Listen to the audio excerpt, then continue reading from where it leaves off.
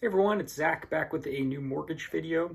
Hope you're all having a happy Monday. If this is your first time seeing one of my videos, welcome to my channel. If you're a returning viewer, welcome back, where I'll try to demystify all things mortgage related. If you find this content helpful, please like and subscribe. So I wanted to shoot a 2024 review, some of the things that I talked about throughout the year, things where I was right, other things where I was wrong, and in those cases, what I learned from them, and then also talk a little bit about 2025. So going into 2024, at the end of 2023, there was an expectation from the market that we were going to have a rate cut very early in the year. And one thing I got right was saying that I didn't think that was going to happen. There was a time where the market was very close to a consensus on a March rate cut. I never thought March was on the table. There were times where I thought there was a possibility of a May or June cut, but as more data came in, I kept kind of pushing things back on when I expected there to be the first rate cut. And I also expected that as the market realized that mortgage rates would get worse, and they did at the beginning of the year. The big thing I got wrong was expecting in September to be only a quarter-point rate cut rather than what we actually got, which was a 50-point rate cut. And to be fair, the market was split on whether it was going to be 25 or 50 points right up until the decision, even a minute beforehand, which was kind of unprecedented. But even still, I was far too certain of the outcome because 25 points made a lot of sense to me. I should have had a little more uncertainty in that. Also, when we got the 50-point rate cut, I expected that to be good for mortgage rates, and really it was treated indifferently, and that was because of the dot plot. This is something I think I got right in this most recent Fed meeting, was that the dot plot was going to be more impactful than anything else. And that was largely because of the September meeting, where, yes, we got a 50-point rate cut. That was more than the market was expecting for that particular meeting. But the dot plot reflected more conservative estimates moving forward than what the market had.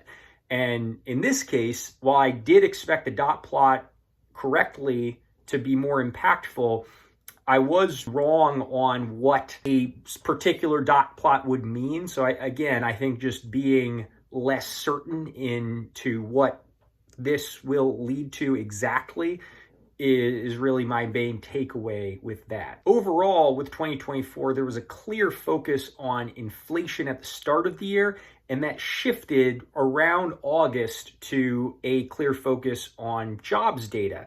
Now that's kind of swung back. So going into 2025, as far as data goes, I'm kind of going to be looking at both. And with inflation, I'm still going to be looking at the cost of housing. That is still the most sticky part of inflation. And how quickly that comes down is really going to play a big part in what happens this year. As far as rate cuts go, January seems to be almost a near consensus already of a rate pause.